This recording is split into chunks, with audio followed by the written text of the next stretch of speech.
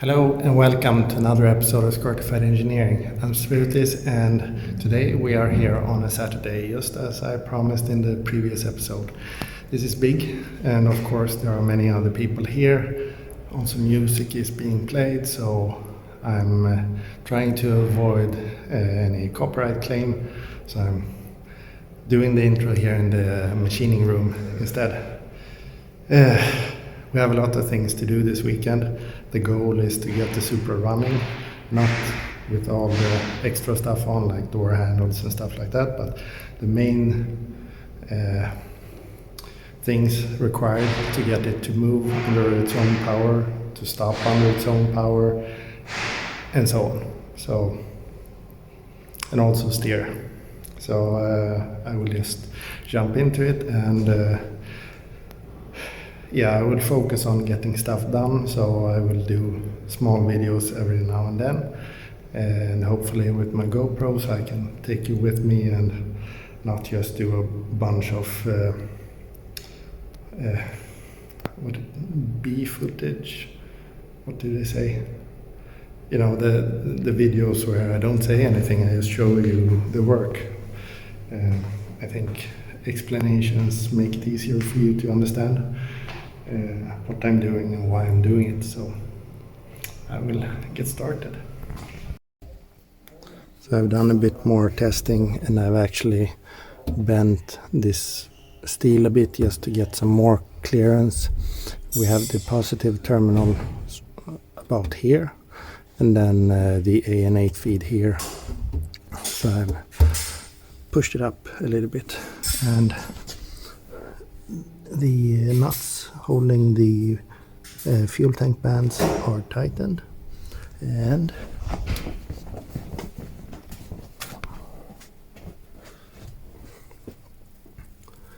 we now have clearance for the return coming out from the ethanol content sensor.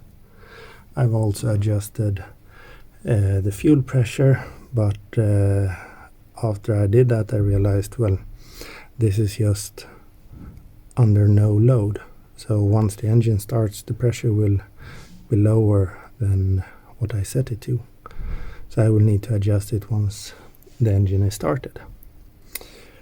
So we could install the intake manifold or do another few million things, power steering pumps perhaps. I guess I will go through the checklist one by one. At least we can check off two things: verifying the electrical connection for the fuel tank or fuel pump once the tank is fully in place, and also clearancing the return line. So I've been working a little bit on the intake manifold.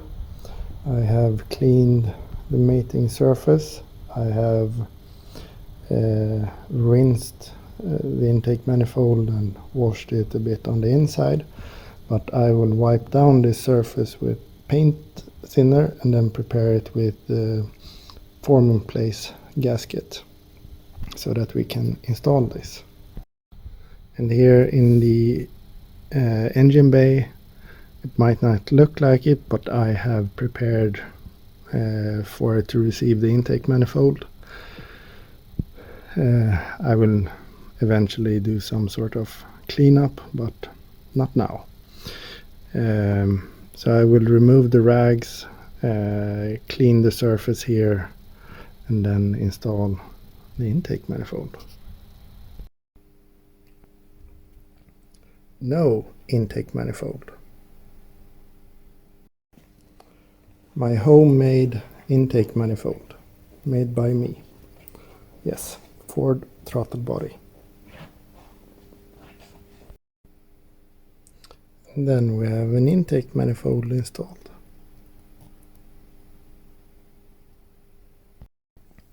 So the intake manifold is installed. There are many tricky things. So I used form in place gasket. I've done that before, but it's a bit tricky getting to all the screws. We also have a connection underneath going to this distribution block for, let's say, pressure or vacuum sources. I still need to adjust the wire. When it comes back, it's not the actual stop, but the wire that's stopping the rotation. So not good. But this is tight. The intake pipe is only put there temporarily to avoid getting any dirt in. We have the valve cover connection. In here we have a check valve, so the air can only go in one direction. So that's done. I've also done a special connection so that I can trigger the starter motor in here in the engine bay.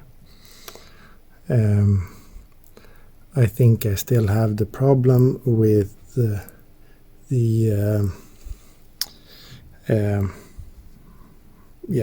I don't know. When everything is hot, the resistance in a wire or something is too big, so it won't trigger the starter motor. But if I jump it in here, the yellow connection, then it will work. So yeah.